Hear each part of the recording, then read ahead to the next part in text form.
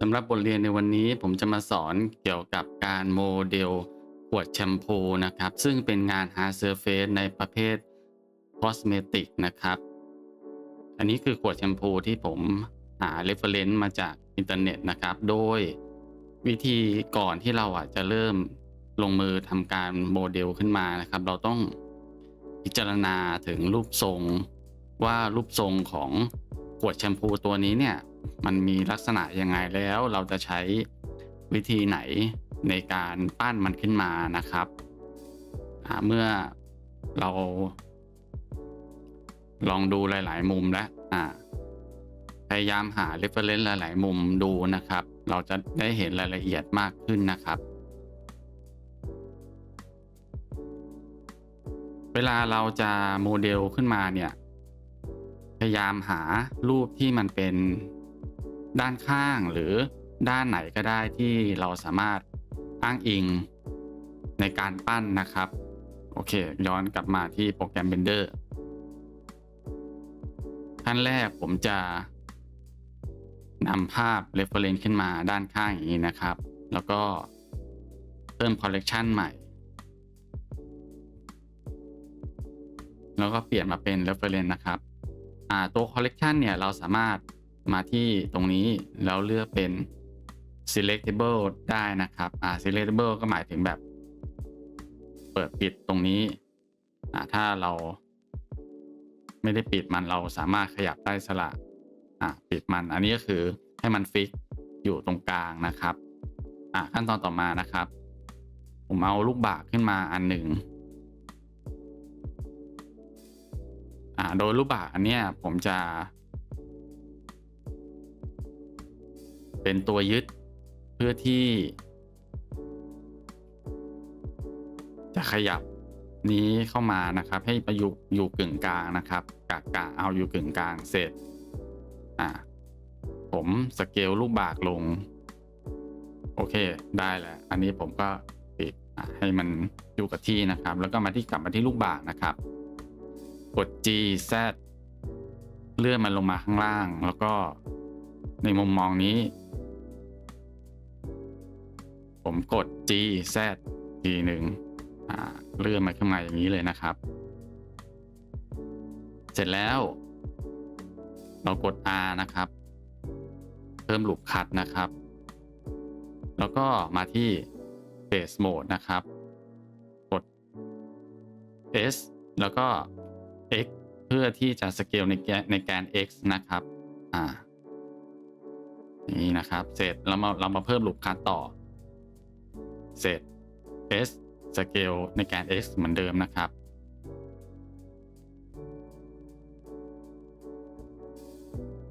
ให้ได้ประมาณนี้นะครับ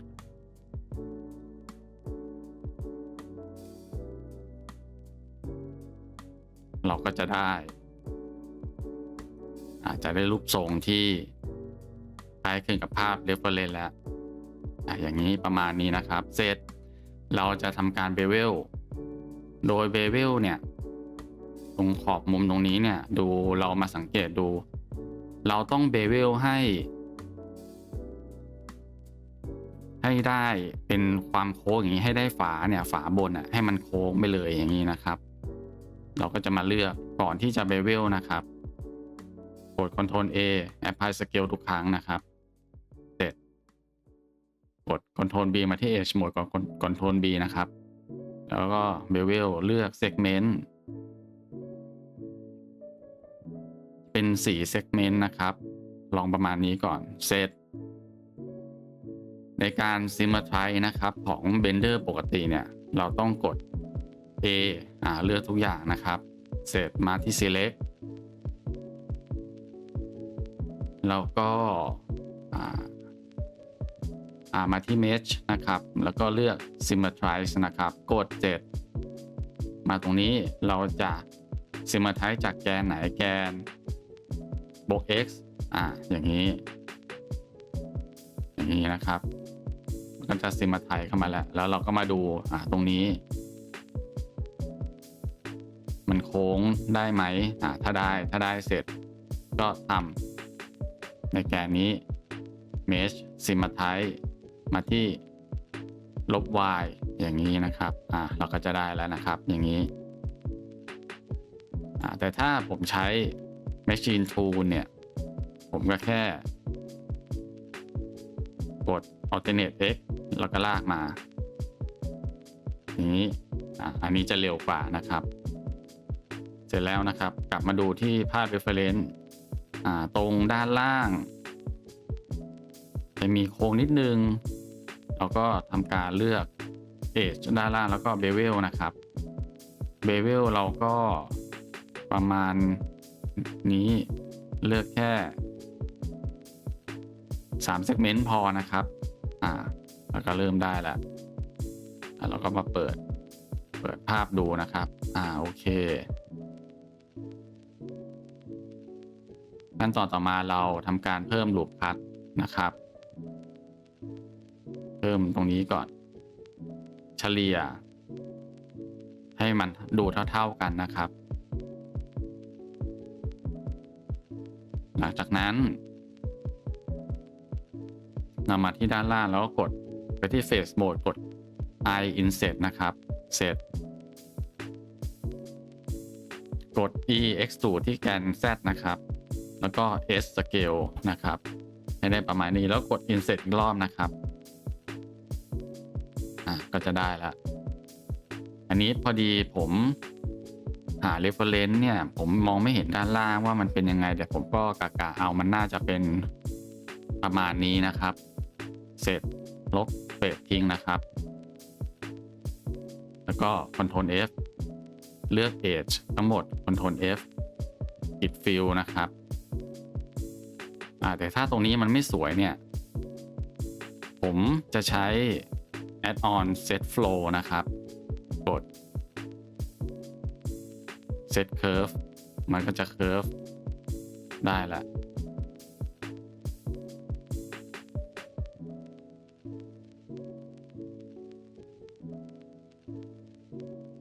แล้วผมก็ซิมาไทป์ใหม่นะครับ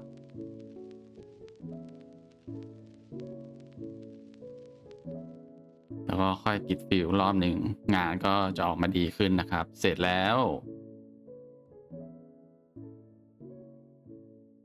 เรามาดูกันต่อผมเปิดภาพ reference ขึ้นมาตรงนี้ตรงฝาเนี่ยเราสามารถ duplicate ตัวเฟสตรงนี้ขึ้นมานะครับกดไปที่เฟสโหมดแล้วกดเลือกนะครับชิป D นะครับเสร็จลากไปที่ไหนก็ได้แล้วกดที่ขวานะครับแล้วกด P แล้วก็ selection นะครับมันก็จะกรอบมาแยกมาต่างหากนะครับแล้วก็ปิดไปก่อนนะครับเราตอนขั้นตอนต่อไปเราจะมาเพิ่ม support edge กันเพื่อที่จะใช้ sub D modifier นะครับกด I inset โอเคแล้วก็ delete face นะครับ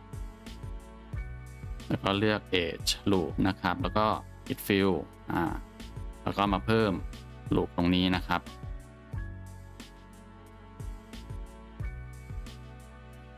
ให้ได้ประมาณนี้ตรงนี้เพิ่มสักอันหนึ่งก็พอนะครับเพราะถ้าเราเพิ่มมากกว่า1อันเนี่ยตรงนี้มันจะแน่นไปหน่อยนะครับตัว geometry แล้วก็เพิ่มอันเดียวพอแล้วก็มาที่ด้านล่างนะครับกดเลข Edge Loop แล้วก็ทำการ Bevel เพื่อ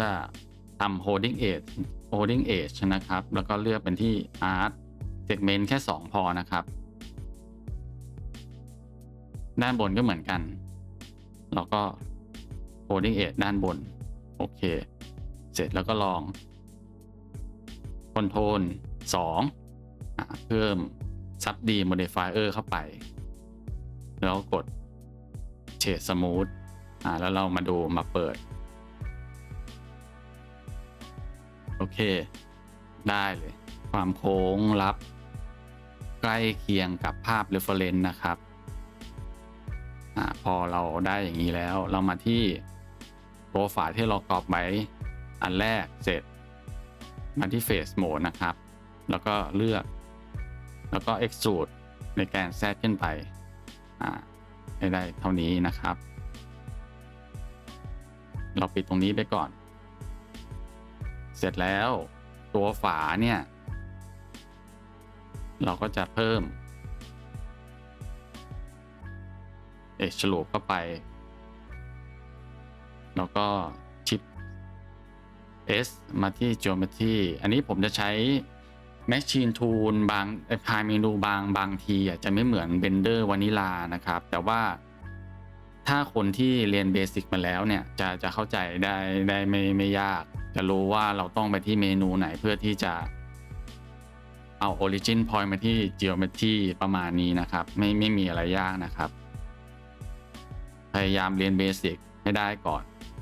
เราเลือก Face Mode ทั้งบนล่างแล้วกด Insert นะครับในการ Insert เนี่ยเรามาดูภาพ Reference นะครับมันก็จะมีความหนาก็จะประมาณนี้ซึ่งเราจะทำเป็นตัวฝาพอเราได้แล้วก็มาที่เฟสด้านล่างเลือกเฟสด้านล่างก่อน delete ไปนะครับเอา Git Fill ไปส่วนด้านบนเราต้อง extrude ลงในแกน Z ประมาณนี้ก็ได้ประมาณนี้แล้วกด Insert แล้วก็ Release Face แล้วก็ Blitz Fill เหมือนเดิมนะครับ Ctrl F Blitz Fill แล้วก็เพิ่มกระจาย Edge ให้มันเท่ากันประมาณนี้เราก็ได้ฝาแล้ว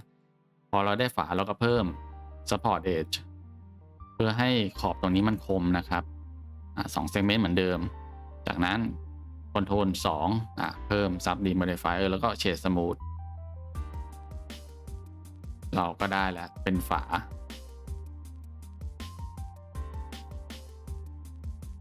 ส่วนฝาด้านใน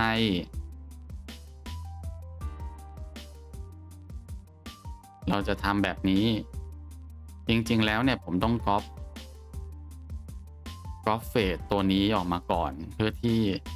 ทำฝาด้านในมันจะง่ายกว่าการมาก๊อปทีหลังนะครับShift D ที่ Selection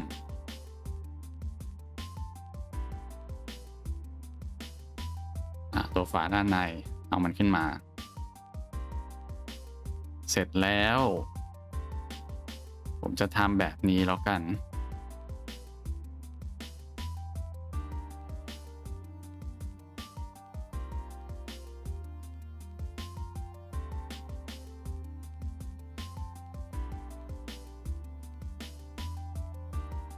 ผม delete face ออกไปแล้วก็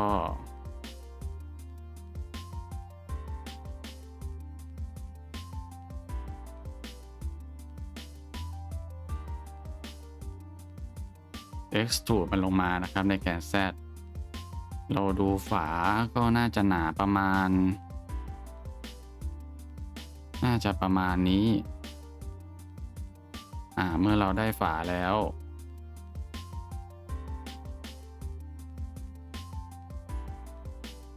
เราลบนี้ออกไปก่อนนะครับลบเฟสออกไปให้เหลือแค่ขอบด้านนอกเสร็จแล้วสิ่งที่เราต้องทำเนี่ยในการทำรูตรงนี้เนี่ย Geometry ของเดิมเนี่ยมันจะน้อยไปมันจะไม่เพียงพอต่อการที่จะทำรูให้มันได้ใกล้เคียงกับตัวนี้นะครับวิธีการแก้นะครับ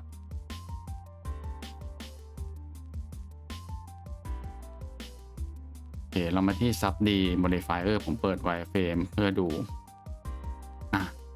ผมใส่ไป2มันจะได้ Geometry เพิ่มขึ้นแล้วเสร็จแล้วเราทำการ Apply เราก็จะได้ Geometry ในการทำงานเพิ่มมากขึ้นนะครับขั้นตอนต่อมาเราจะทำรูตรงกลางนะครับผมก็กะน่าจะประมาณนี้เสร็จผม Insert ทีหนึ่งก่อนแล้วก็ Extrude เลยนะครับ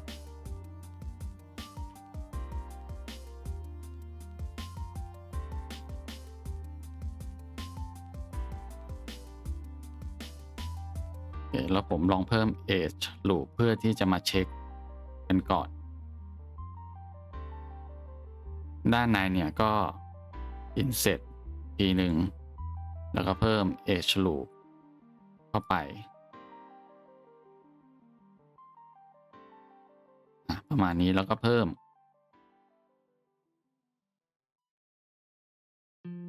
กระจาย Edge ให้เท่าๆกันแล้วก็กดSub-D Modifier Control 2 นะครับเห็นไหมครับ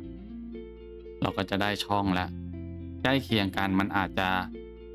ดูใหญ่ไปนิดนึงแต่ก็ใช้ได้ไม่มีปัญหาเสร็จแล้วเราก็มาทำการปิดเฟสทั้งบนล่างนะครับแล้วก็ Inset ก่อนเสร็จ Release Face นะครับแล้วก็ Grid Fill ข้างล่างก็เหมือนกัน Grid Fill เสร็จแล้วก็ทำการเพิ่ม Holding Edge แล้วก็เปิด Sub-D Modifier เรียบร้อยแล้วหลังจากนั้นนะครับเราจะทำการหมุนฝาให้เหมือนกับภาพ Reference ตามนี้นะครับโดยก่อนที่เราจะหมุนเนี่ยเราจะทำการ Duplicate Collection ขึ้นมาอันหนึ่งแล้วเราปิดตัวนี้ออกไปนะครับแล้วก็ทำการหมุนโดยเราก่อนหมุนเนี่ยเราต้องเซต Origin Point ให้มาที่ Geometry นะครับแล้วก็กด R X แล้วก็หมุนนะครับให้ฝาออกมาประมาณนี้ให้คล้ายกับภาพ Reference มากที่สุดนะครับ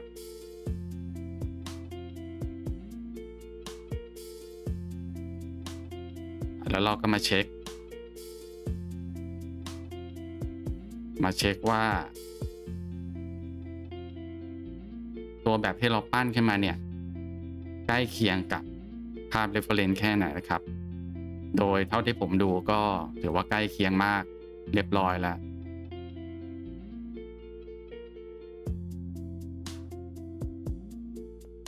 ขั้นตอนต่อมาเราจะมาทำการ UV Unwrapping นะครับขั้นแรกเราเลือกไปที่ตรงส่วนขวดก่อนแล้วผมก็ Ctrl F Focus แล้วก็มาที่ตัวแบบเนี่ยปกติแล้วเราจะมาที่ Select แล้วก็ Sharp Edge นะครับเราจะ Mark Seam ตรง Sharp Edge เอาไว้ก่อนเสมอโอเคเสร็จแล้วผมขอปิด Subdivision ก่อนผมจะทำการใส่ Label ลงไปในขั้นตอน Material นะครับซึ่งผมต้องมาดูว่าเราจะตัดซีมตรงไหนให้ได้ผลลัพธ์ที่ดีที่สุดนะครับผมเลือกตรงนี้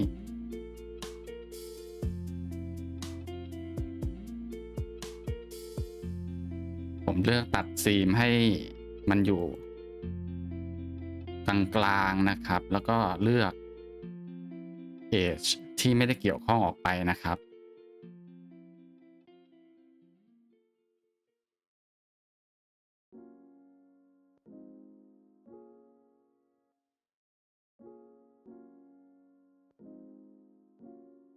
แล้วก็คลิกขวา Mark Seam นะครับโอเคเสร็จแล้วเรามาที่ Face Mode แล้วก็กด A เพื่อเลือก Face ทั้งหมดแล้วก็คลิกขวานะครับแล้วก็ UV Unwrap Face แล้วก็กด Unwrap พอ Unwrap เสร็จแล้วเนี่ยเรามาดูในแถบ UV Editing นะครับโอเคผลลัพธ์ออกมาได้ดีซึ่งตัว Label เนี่ยผมมีเตรียมไว้เรียบร้อยแล้วก็จะเหมือนกับตัวภาพจริงนะครับภาพสินค้าจริงจะเป็นอย่างนี้ Label ผมก็ทำเป็นภาพเดียวเลยเดี๋ยวผมจะเอามาใส่ในขั้นตอนของ Texturing นะครับโอเคหลักๆแล้วการ UV Unwrapping เนี่ยก็จะมีแค่นี้ไม่ยากครับเราแค่เลือก Sharp Edge ไว้ก่อนแล้วก็ค่อยมานั่งตัดทีหลังว่าเราจะ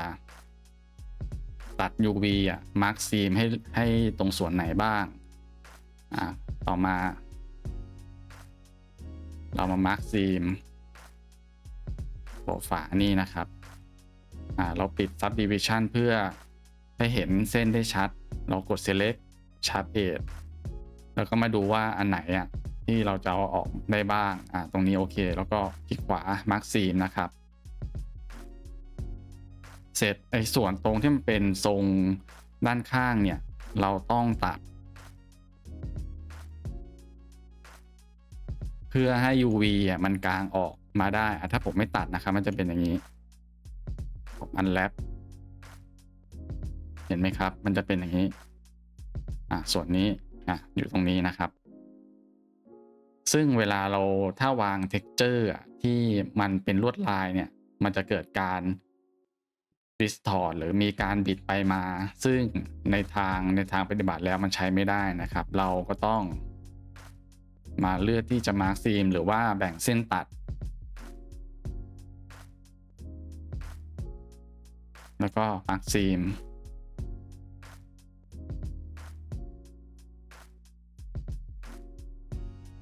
โอเคแล้วก็ UV unwrap อีกทีหนึ่งนะครับอันนี้มันก็จะเป็นแถบยาวแล้วเวลาเราวางงานเนี่ยมันก็จะดีกว่านะครับ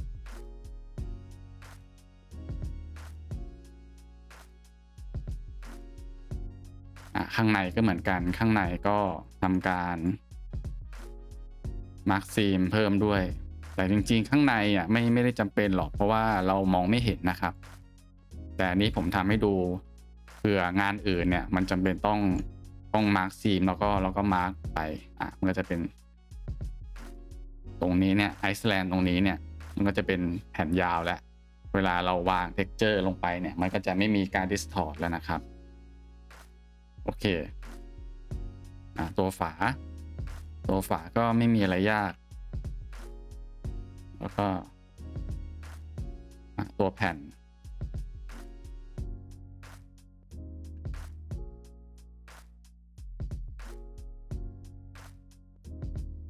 เรามาร์คซีมให้อยู่กึ่งกลาง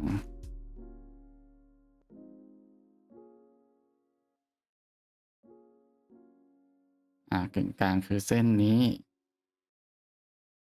ดูอีกทีหนึ่ง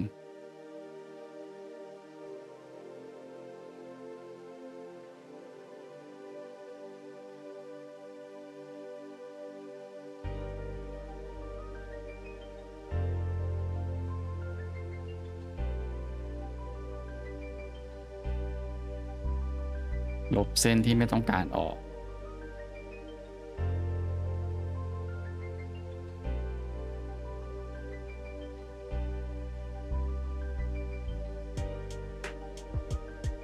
โอเคแล้วก็คลิกขวา Mark Seam นะครับแล้วก็มาที่ Face Mode คลิกขวา UV Unwrap แล้วก็ Unwrap ก็จะได้แล้วในส่วนตรงนี้เราอาจจะต้อง Mark Seam เพิ่มนะครับมาร์กตรงนี้นะครับ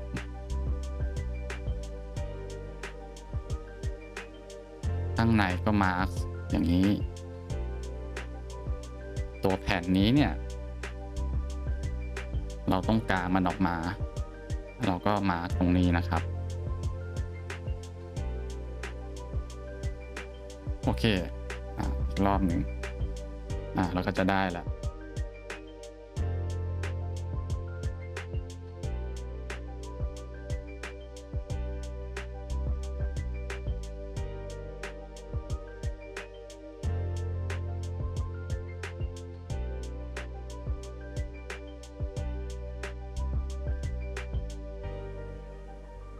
การ UV unwrapping เราก็คิดเหมือนเปรียบเทียบว่ามันเป็นการตัดเสื้อผ้านะครับเวลาเราช่างตัดเสื้อผ้าเนี่ยเวลาเราจะตัดขึ้นมาเนี่ยเขาก็ต้องตัดเป็นส่วนแล้วเอามาเย็บต่อกันคือ UV มันก็ประมาณนั้นเลยคือเราตัดส่วนที่ต้องการเนี่ยค่อยๆแบ่งถ้าพอตัดแล้วอันไหนไม่ได้แล้วเราค่อยมามาร์คซีมใหม่นะครับเราก็จะทำซ้ำๆอยู่ประมาณนี้แหละไม่มีอะไรยากนะครับเมื่อเรากาง UV เสร็จเรียบร้อยแล้วนะครับเราจะมา ทำการลง Material หรือ Texturing กันนะครับโดยก่อนที่เราจะลง Texturing เนี่ยเราต้องเช็ค UV กันก่อนนะครับเรามาที่ตัวขวดนะครับเช็ค UV ก่อนมาที่มุมซ้ายนะครับกด UV Sync Selection นะครับมันจะโชว์ UV ขึ้นมาโดยที่เราไม่จำเป็นต้องไปเลือก UV นะครับแล้วเราก็ดูว่า UV เนี่ยที่เราจะทำการลง Texture เนี่ยอย่างเช่นพวกข้อความเนี่ยมันจะอยู่ตรงไหนนะครับอันนี้สำคัญมากนะครับเรามาดูก่อนมุมกล้องที่เราต้องการลงนะครับมันจะอยู่นี้แกน Y นะครับเรามาดูก่อนเราต้องดูก่อนว่าเราจะลง texture ทางฝั่งไหนนะครับมันมี2ฝั่งนี้เราก็เสร็จเรียบร้อยแล้วเรามาที่ฝั่ง UV นะครับเราอยู่ในแท็บ UV Editing นะครับแล้วก็ตัวนี้เนี่ยเรากด UV แล้วก็ Export UV Layout นะครับแล้วเราก็เซฟที่ไหนก็ได้เรียบร้อยแล้วเสร็จเรามาโปรแกรมไหนก็ได้นะครับอย่างเช่นผมใช้ Illustrator เนี่ยผมก็จะเอาพวกข้อความเนี่ย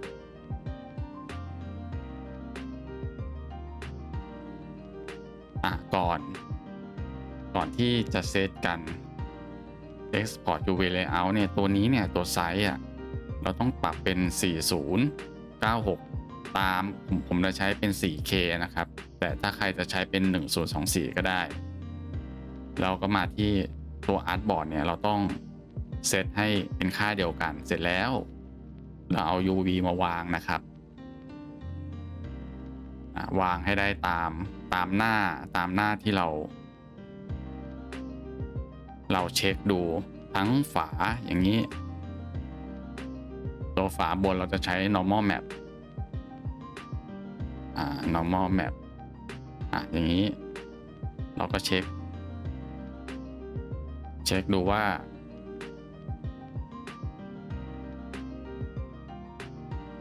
ตรงฝามันอยู่ฝั่งไหนมาอยู่ฝั่งนี้ใช่ไหมเราก็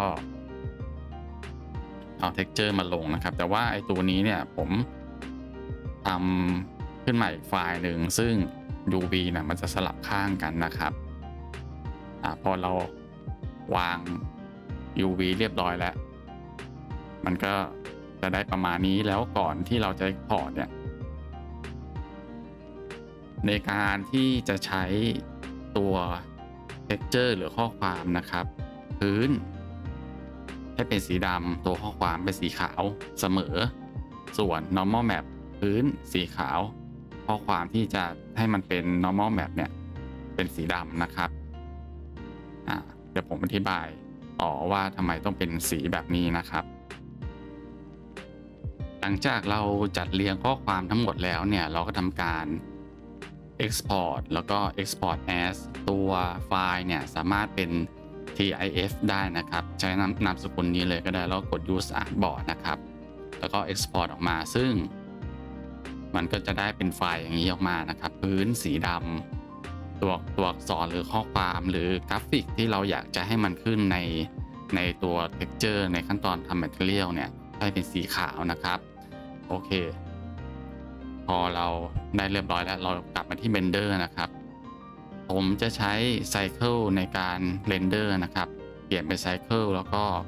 เปลี่ยนเป็น GPU นะครับตัว Max Sample ผมเซตแค่250นะครับ Render ก็เหมือนกันเท่ากันตัว Denoise เนี่ยถ้าใครมีการ์ดจอ RTX ก็ใช้เป็น Optic นะครับ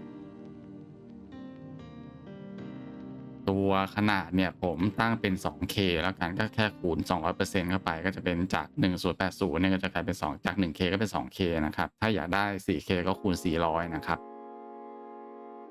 Color Depth ก็ 16 ก็ได้ครับก็เซฟนะครับเสร็จแล้วผมเพิ่ม Collection ใหม่ตั้งชื่อว่า Render ใน Collection Render เนี่ยปกติผมจะเอาไว้ใช้สำหรับ สร้างพร็อพหรือว่าใส่พวกอ็อบเจกต์ที่มันเกี่ยวกับพื้นหลังหรือกล้องต่างๆนะครับทำการขยายพื้นให้ใหญ่เสร็จแล้ว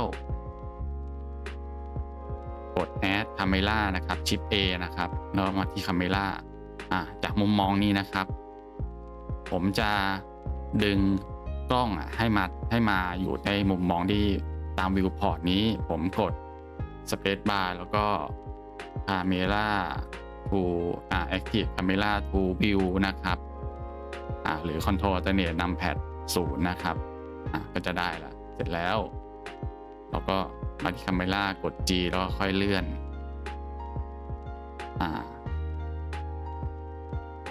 ประมาณนี้ไปก่อนนะครับขั้นตอนต่อมานะครับเรามาที่ด้านล่างนะครับกดไปที่ shader editor มาที่ world เสร็จแล้วกด Ctrl T นะครับเพื่อเพิ่มตัวนี้ออกมาถ้า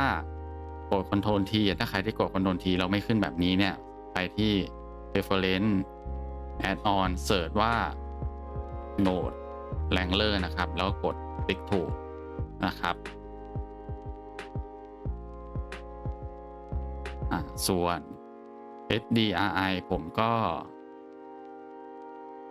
จะใช้อันไหนก็ได้นะครับอันนี้เราเปิด HDRI ก่อนเพราะว่าผมอยากจะเห็นตัว Material จริงๆนะครับ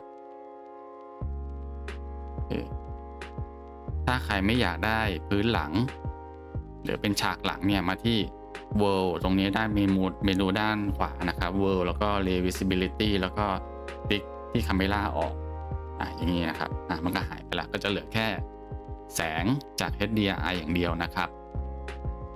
ขั้นแรกนะครับกลับมาที่ Object เราเพิ่ม Material เปลี่ยนชื่อเป็น Bottle ตัว Material เนี่ยเราก็ Ctrl T เหมือนกัน Texture Coordinate ใช้เป็น UV นะครับ Image Texture เนี่ยเราลบไปก่อนแล้วก็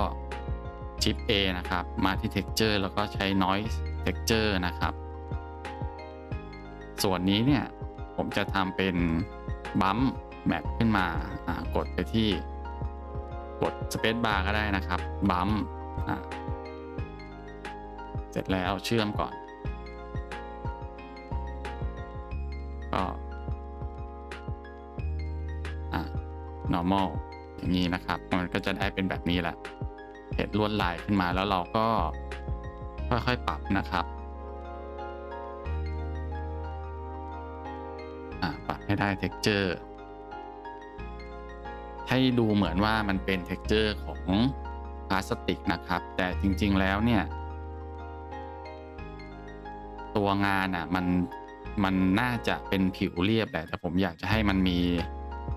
feeling นิดนึงนะครับเราก็ซูมเข้ามาดูก่อนตัว strength เนี่ยเราปรับแค่ประมาณ 0.2 ให้ได้ประมาณนี้ให้ดูแบบมีผิวขรุขระนิดนึงนะครับdetail สัก 5ประมาณนี้ก็ได้ละตัวสีนะครับสีเนี่ยผมคิดว่าสีจริงๆน่าจะเป็นสีขาวแต่เนื่องด้วยแสงเนี่ยมันเลยทำให้ดูเป็นสีอาจจะออกเป็นสีขาวนมนิดนึงแต่เราใช้เป็นสีขาวก่อนละกันนะครับตัว roughness 0.2 เพราะว่าผิวของพลาสติกมันจะเงานิดนึงนะครับเนื่องด้วยเป็นประเภทของพลาสติกนะครับเสร็จแล้วเราจะทำการเพิ่มตัว text ที่เราทำตาม UV ไว้ก่อนหน้านี้เราก็มาที่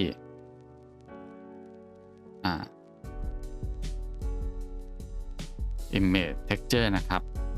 เพิ่มแล้วก็ลากนี่ลงมาเซต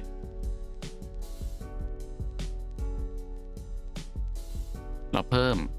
shader principle BSDF ขึ้นมาอีกอันหนึ่งนะครับแล้วก็ Shift A สเปซบาร์ก็ได้สเปซบาร์ผมจะเซตไว้เป็นคำสั่งเสิร์ชนะครับค้นหาซึ่งแต่ละคนเนี่ยอาจจะเซตปุ่มไม่เหมือนกันนะครับเราต้องไปดูว่าคีย์บายของเราอะเซตไว้ที่อะไรนะครับแล้วก็ mix shader เสร็จแล้วมาต่อด้านบนก่อนนะครับอันล่างต่อตัวนี้นะครับเสร็จแล้วนะครับ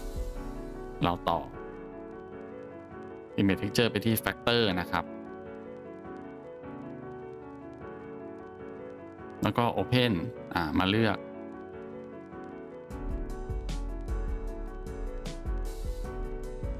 เสร็จแล้วเราลองเปลี่ยนสีเป็นสีอะไรก็ได้เห็นไหมครับสีก็ขึ้นมาแล้ว image texture ที่ผมบอกว่าให้พื้นหลังเป็นสีดำแล้วก็ตัวอักษรเป็นสีขาวหรือกราฟิกใดๆก็ตามเนี่ยเป็นสีขาวเพราะว่าตัวนี้เนี่ยทำหน้าที่เหมือนกับเราใช้อันนี้เลยเราใช้คำสั่ง add layer mask มันก็คือ layer mask ตัวหนึ่งนะครับสีขาวคือค่า1สีดำคือค่า0สีขาวคือสิ่งที่เราอยากให้มันขึ้นมาอันนี้ก็คือผม add layer mask โดยอยากจะให้สีแดงตัวเนี้ยขึ้นมาเพียงแค่นี้สีดำคือไม่ขึ้นนะครับง่ายๆเลยถ้าใครที่ใช้ Photoshop อยู่เป็นประจำเนี่ยจะเข้าใจได้ง่ายมากหลักการมันมีแค่นี้เองส่วนที่ผมให้วางกราฟิกเนี่ยเห็นไหมครับให้วางกราฟิก Export UV ตาม UV เพราะว่าเราจะได้ไม่ต้องมานั่งขยับอีกแล้วคือเราวางภาพขึ้นไปเนี่ยมันก็ตรงตามที่เราต้องการเลยตามนี้เลยจากนั้นเราก็มาดูสีนะครับสีมันเป็นอย่างนี้เนาะเวลาเราจะเอาสีมาลงเนี่ยก็ง่ายๆก็แค่ผมจะใช้แบบนี้แล้วก็ก๊อปค่านี้นะครับค่าข้างล่างมาที่ Blender นะครับก็มาที่ Hex นะครับแล้วก็ Enter เนี่ยก็ได้แล้วเรียบร้อย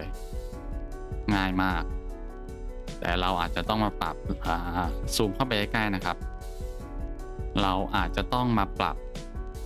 ตัวนี้นิดนึงดูว่าถ้าเราปรับค่าLogness ต่ำเนี่ยในตัวนี้มันก็จะเงาถูกไหมครับถ้าเราปรับไปสุดเลยเป็นค่า1มันก็จะชัดขึ้นซึ่งมันจะสะท้อนแสงน้อยลงมันจะช่วยให้ข้อความชัดขึ้นนะครับเสร็จแล้วนะครับตัวนี้เนี่ยจริงๆแล้วมันควรต้องมีลายพลาสติกที่เราทำไว้ตัวบั๊มอย่างเงี้ยเราก็แค่จัดมาเพิ่มมันก็จะไปในทิศทางเดียวกันแหละก็คือใช้ตัวโหนดเนี่ยอันเดียวกันแล้วเราก็ต่อเพิ่มแค่นั้นเองแล้วก็ชื่อ button A ก็ได้นะครับเราเปลี่ยนชื่อเพราะเราจะใช้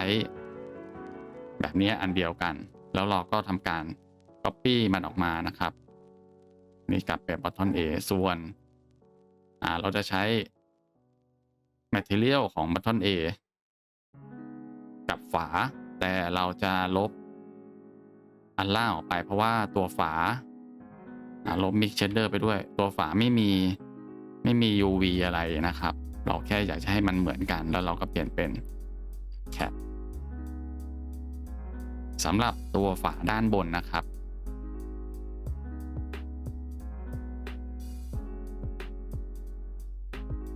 เราก็ใช้ของ button A ได้ก๊อปมาแล้วก็เปลี่ยนเป็นอย่างนี้ก็ได้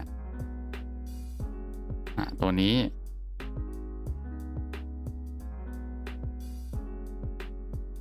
เราก๊อปสีมาชี้เอาเมาส์มาชี้ที่สีนะครับกด Ctrl C แล้วก็มาชี้ที่สีนี้ Ctrl V ได้เลยอันนี้เราลบไปก่อนนะครับเพราะว่าเราจะ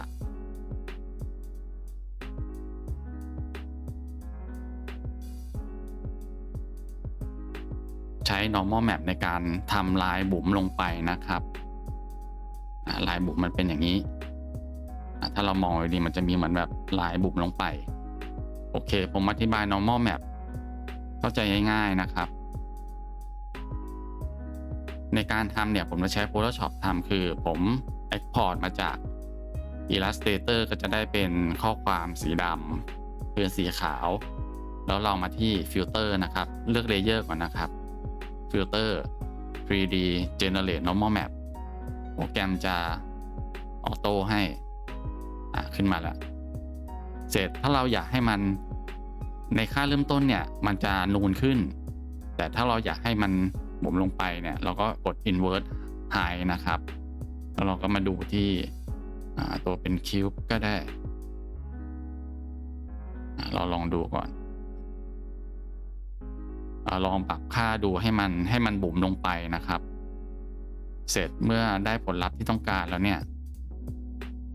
บุ๋มลงไปมาดูที่ตรงนี้นะครับดูที่ผลลัพธ์เราหน้าต่างนี้ออกไปแล้วก็ปรับให้มันเบลอนิดนึงหรืออาจจะแบบมันควรจะมีความเบลอนิดเพื่อให้มันแบบว่าดูบุ๋มให้มันเหมือนจริงขึ้นนะครับไอ้ค่าตรงนี้เนี่ยไม่มีค่าตายตัวมันขึ้นอยู่กับกราฟิกที่เราเอามาทำ normal map นะครับพอเราได้แล้วเราก็ export เป็นไฟล์ TIFF เหมือนเดิมอย่างนี้เนี่ยผมทำไว้เรียบร้อยแล้วก็ export เป็นไฟล์ TIFF ขึ้นมาก็จะได้ normal map มานะครับเสร็จแล้วเราจะใส่ normal map ลงไปข้างบนแล้วก็กดมาที่ texture image texture นะครับแล้วก็ลากมาตรงนี้แล้วก็ Shift A ใส่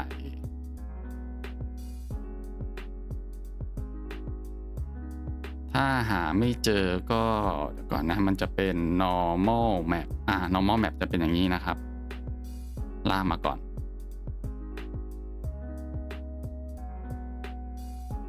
เสร็จแล้วเอาภาพขึ้นมาอันนี้คือ normal map แล้วก็ลากตรงนี้นะครับมาจึ๊กตรงนี้เห็นไหมครับได้แหละมันก็จะดูบุ๋มลงไปคือหลักการของ normal map เนี่ยคือมันจะคำนวณจากแสงที่ตกกระทบนะครับแล้วก็สร้างให้มันเหมือนมันหลอกตาเหมือนว่าอันนี้มันมี geometry จริงๆนะครับซึ่งหลักการเนี่ยอาจจะไปดูเพิ่มเติมใน YouTube ได้ซึ่งเขาจะอธิบายไว้ค่อนข้างละเอียดกว่านะครับแค่นี้เราก็จะได้ละเรียบร้อย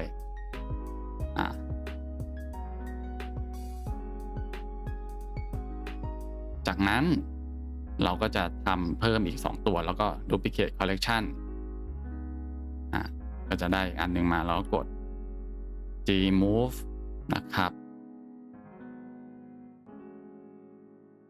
เราก็จัดยังไงก็ได้เรามาดูตรงนี้กลับมาที่ Camera นะครับเราพยายามจัดให้มันดูน่าสนใจนะครับค่อยๆเล่นไปนิดค่อยๆเล่นเดี๋ยวก็ได้เราดูใหม่อันหนึ่งนะครับ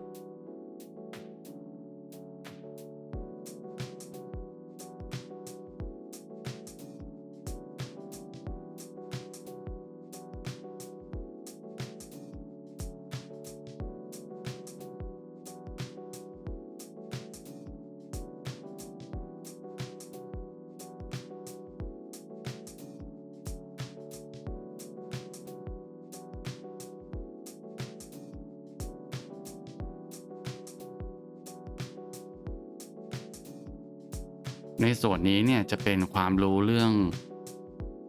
composition นะครับซึ่งเราต้องไปเรียนเพิ่มเติมเพื่อให้เราสามารถจัดงานออกมาได้น่าสนใจขึ้นนะครับตรงส่วนนี้ผมอาจจะไม่ได้สอนเพราะว่ามันต้องลงดีเทลเยอะนะครับแต่ว่าเราวางไปก่อนให้มันดูแบบดูโอเคนะดูตามแสง HDRI ด้วยนะครับเรามาแล้วเมื่อเราดูพิเคทเสร็จเรียบร้อยแล้วเราก็มานี่แล้วก็ดูพิเคทเพิ่มนะครับ Material เปลี่ยนชื่อเป็น Bottle B นะครับเราก็มาดูนะครับ Bottle B ผมเรียงไว้เรียบร้อยแล้วอันนี้อันที่2ก็จะได้เป็นคนละชื่อละเห็นไหมครับคนละชื่อเรียบร้อยเสร็จเราก็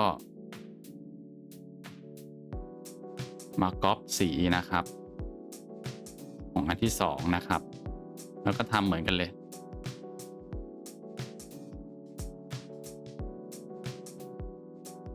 เรียบร้อย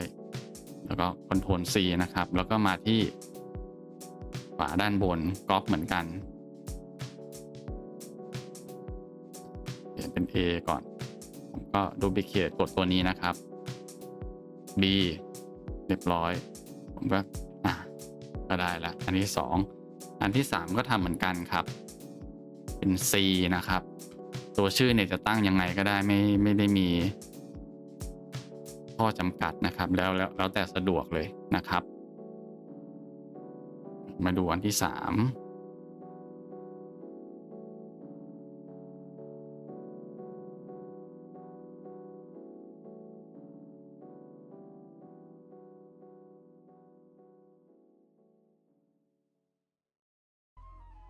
โอเคเรียบร้อยแล้วเราก็ได้แล้วเราก็ดูเช็คดูรายละเอียดว่าเราขาดตรงไหนไปบ้างขั้นแรกของการฝึกเนี่ยพยายามหาเชฟที่ไม่ยากจนเกินไปนะครับเราจะเน้นการฝึกตั้งแต่ modeling กลาง UV แล้วก็ texturing แล้วก็การ render หรือการจัดแสงเนี่ยเราควรจะทำในหนึ่งงานฝึกหรือ1โปรเจกต์เราควรจะทำให้ได้ครบทั้งหมดนะครับเพราะนี่มันเป็นโปรเซสเป็น workflow ที่เราต้องทำอยู่แล้วเราก็ทำให้มันทีเดียวไปเลยไม่ต้องแบบว่าแค่ modeling อย่างเดียวถ้าเราทำได้หมดเราก็ทำเลยเราจะได้รู้ว่าตรงไหนเนี่ยเราพลาดอะไรหรือว่าเราขาดอะไรไปนะครับ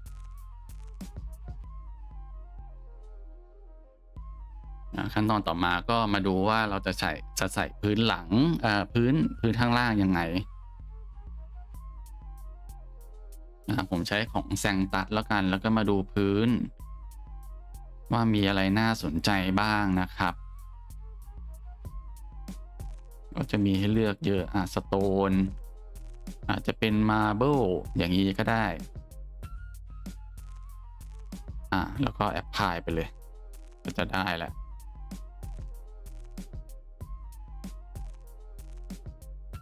สเกลปรับนิดนึงให้มันดูใกล้เคียงกับตัวสินค้านะครับอันนี้คือแสงจาก HDRI นะครับเราลองกดเรนเดอร์ดูนะครับ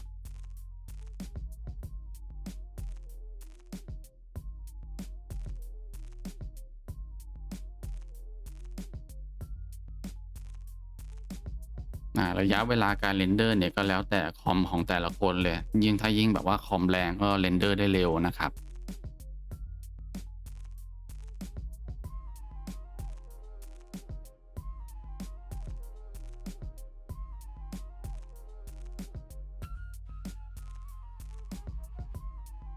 โดยส่วนตัวเนี่ยผมจะไม่ค่อยใช้ EV เท่าไหร่เพราะว่าแสงเนี่ยในเวอร์ชันBlender 4.1 เนี่ยยังไม่ใช่ EV Next ที่มี Ray Tracing นะครับซึ่งแสงของ Cycle เนี่ยจะตกกระทบอะไรได้ดีกว่าแล้วจะดูสมจริงกว่านะครับ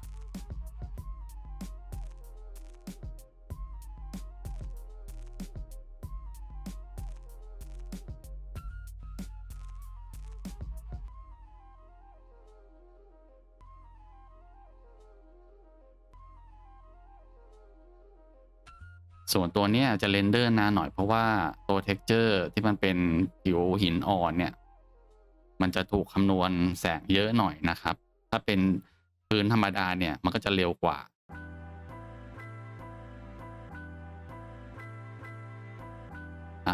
เรียบร้อยแล้วดีหน่อยไปแล้วเห็นไหมครับงานสุดท้ายงานเรนเดอร์ที่ออกมาก็จะเป็นแบบนี้เลยแล้วแต่ว่าเรา อยากจะให้ออกมาเป็นไงผมอยากจะให้ออกมาดูคลีนเพราะว่าคอนเซ็ปต์เขามันดูแบบว่าตัวสินค้าเนี่ยมันเป็นสินค้าเกี่ยวกับแชมพูสระผมอะไรพวกนี้ซึ่งรักษาผมซึ่งผมอยากจะให้มันแบบว่าดูสะอาดก็จะออกมาเป็นแนวนี้นะครับอันนี้คือการใช้ HDRI แล้วผมจะจัดแสงให้ดูนะครับผมคัดแสงให้เหลือ0เสร็จแล้วมาที่เรนเดอร์นะครับผมเพิ่มแสง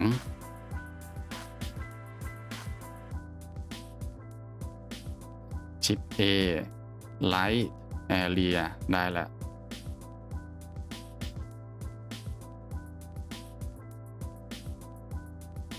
แสงที่ผมอยากจะยิงเนี่ยผมจะยิงเข้าด้านข้าง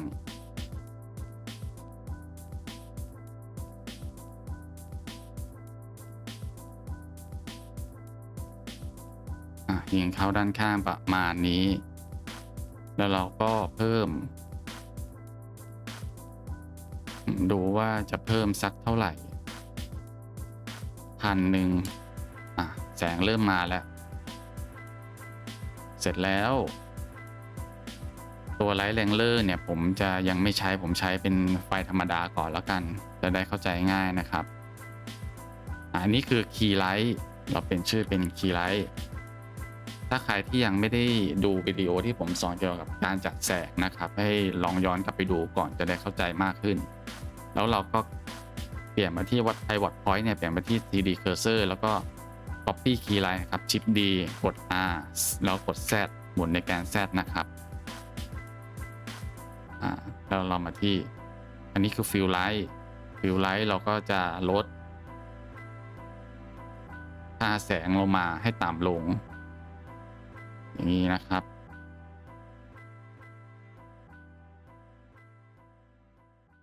เห็นไหมครับฟิลไลท์ลดมาให้ต่ำลงหน่อยก็จะได้ประมาณนี้เสร็จสิ่งที่หายไปคือมีแบ็คไลท์กับแบ็คกราวด์ไลท์เราสามารถเลือกได้ว่าจะใช้แบบไหนผมใช้แบบนี้แล้วกันผมเพิ่มเป็นแบ็คกราวด์ไลท์ผมจะยิง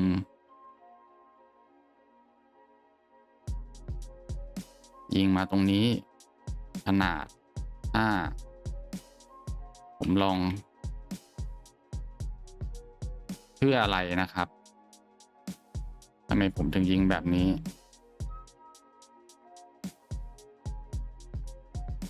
เพราะว่าผมอยากจะให้ข้างหลังเนี่ยมันสว่างขึ้น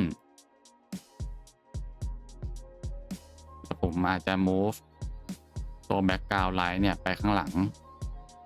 ตัวสินค้านะครับก็จะได้แล้ว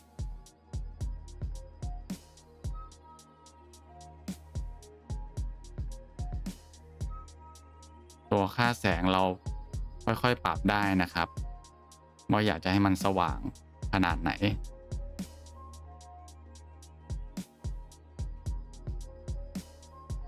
ประมาณนี้ก็ได้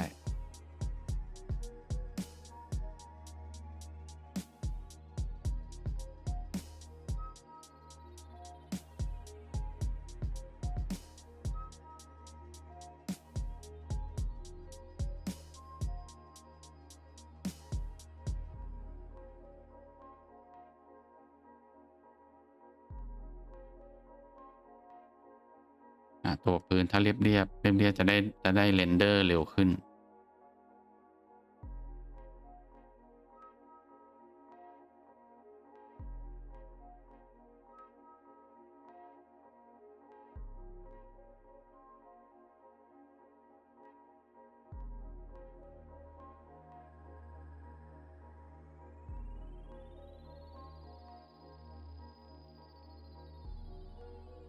โอเค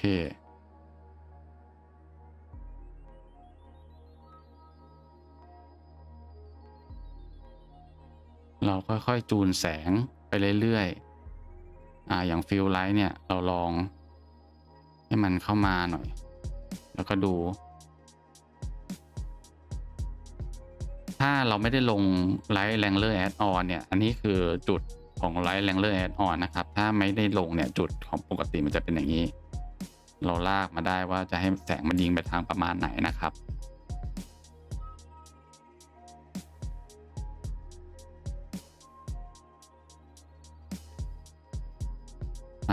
ถ้าเราพอใจแล้วเราก็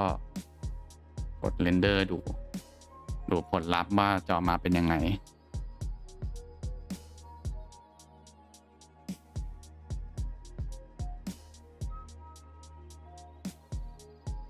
อันนี้เห็นไหมครับเรนเดอร์ได้เร็วกว่าเพราะว่าพื้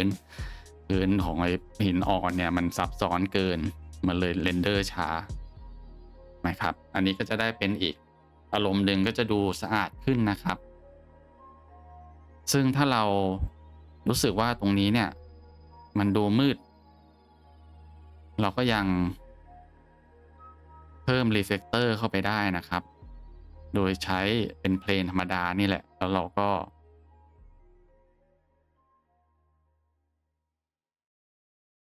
เราลองหมุนดู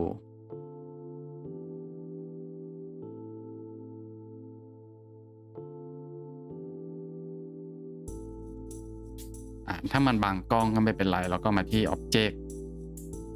Visibility แล้วก็เลือกที่ Camera Tick ออกเราลองปิดดูช่วยได้นิดนึงเราอย่าลืมเปลี่ยนชื่อเป็น Reflector เนี่ยครับจะได้จำได้ เรามาดูว่ามัน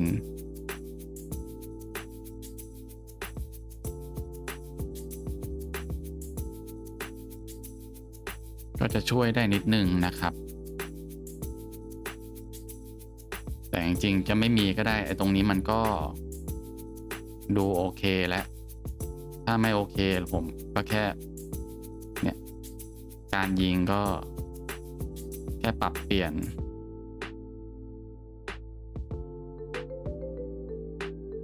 มุมของฟิลไลท์นิดนึงนะครับ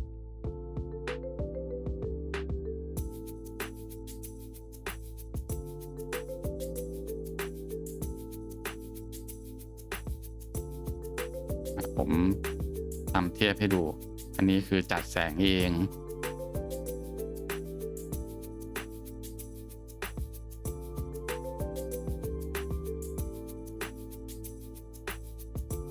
อันนี้คือใช้ HDRI นะครับ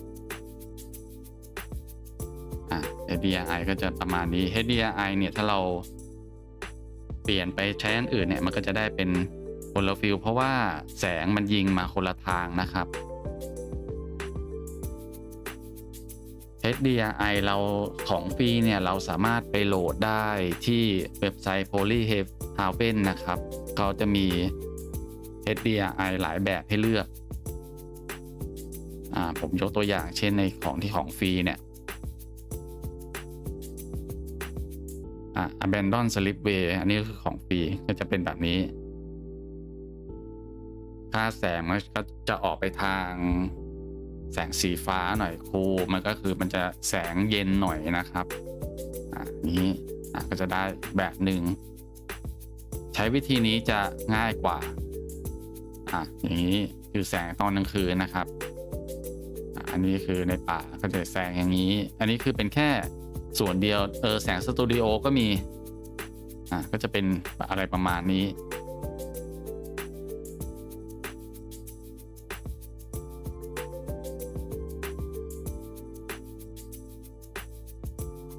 ส่วนแสงจัดเองนะครับผมจะค่อยเปิดให้ดูคีย์ไลท์เราคีย์ไลท์เราเพิ่มแสงหลักมาก่อนให้เห็นรายละเอียดส่วนรายละเอียดที่เรามองไม่เห็นเราก็เพิ่มเป็นฟิลไลท์เพื่อดึงรายละเอียดให้มันออกมานะครับ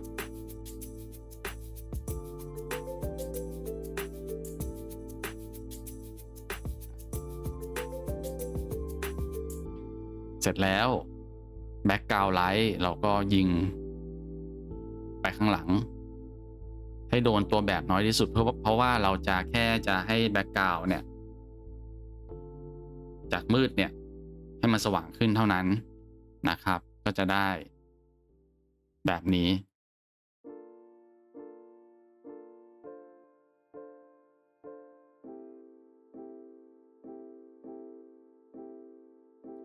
หลักการจัดแสงหรือหลักการจัดวาง composition เนี่ยเราสามารถเอามาจากที่ทำในชีวิตจริงได้เลยนะครับ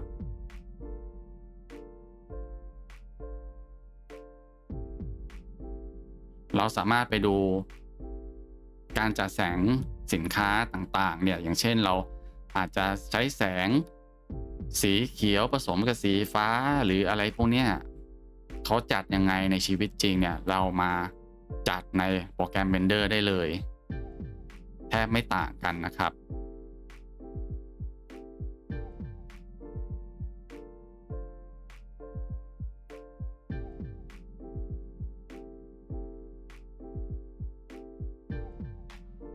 เรามาดูคุณภาพเห็นไหมครับคุณภาพของ Material เสียเงินเนี่ยจะดีกว่ามันดูเหมือนจริงถ้าเราทำเองเนี่ยมันยากนะครับกว่าจะได้แบบว่าลายอะไรประเภทเนี้ยแล้ว